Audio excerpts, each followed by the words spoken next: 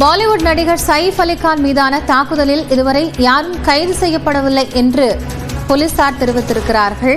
நேற்று முன்தினம் சயிஃப் அலி கான் வீட்டிற்குள் புகுந்த மர்ம நபர் ஒருவர் கத்தியால் குத்தியதில் அவர் லீலாவதி மருத்துவமனையில் அனுமதிக்கப்பட்டு சிகிச்சை பெற்று வருகிறார். இந்த நிலையில் மும்பை காவல்துறை தரப்பிலிருந்து ஒரு விளக்கம் அளிக்கப்பட்டிருக்கிறது. கூடுதல் தகவல்களை செய்தியாளர் சுசித்ராவிடம் கேட்கலாம். சுசித்ரா, இப்போ மும்பை காவல்துறை கொடுத்திருக்கக்கூடிய விளக்கம் என்ன?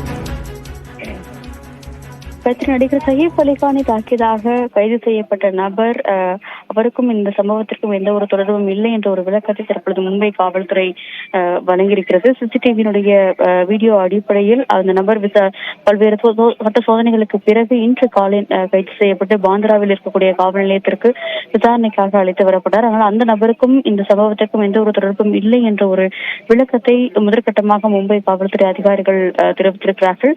சயிஃப் அலி கானை தாக்கியவர் யார், எந்த நோக்கத்திற்காக அவர் தாக்கப்பட்டார் என்பது தொடர்பான விசாரணைக்காக சுமார் 20 தனிப்படைகள் அமைத்து மும்பை காவல்துறை சோதனையில் ஈடுபட்டு வரும் நிலையில் முதற்கட்ட கைது என்பது செய்யப்பட்டுள்ளதாக இன்று காலை அதிகாரப்பூர்வ அறிவிப்பை மும்பை காவல்துறை செய்தது குறிப்பிட்டது. இந்த நிலையில் தற்பொழுது அந்த கைது செய்யப்பட்ட நபருக்கும் இந்த சம்பவத்திற்கும் எந்த ஒரு தொடர்பும் இல்லை என்ற ஒரு விளக்கத்தை மும்பை காவல்துறை முதற்கட்டமாக வழங்கியுள்ளது.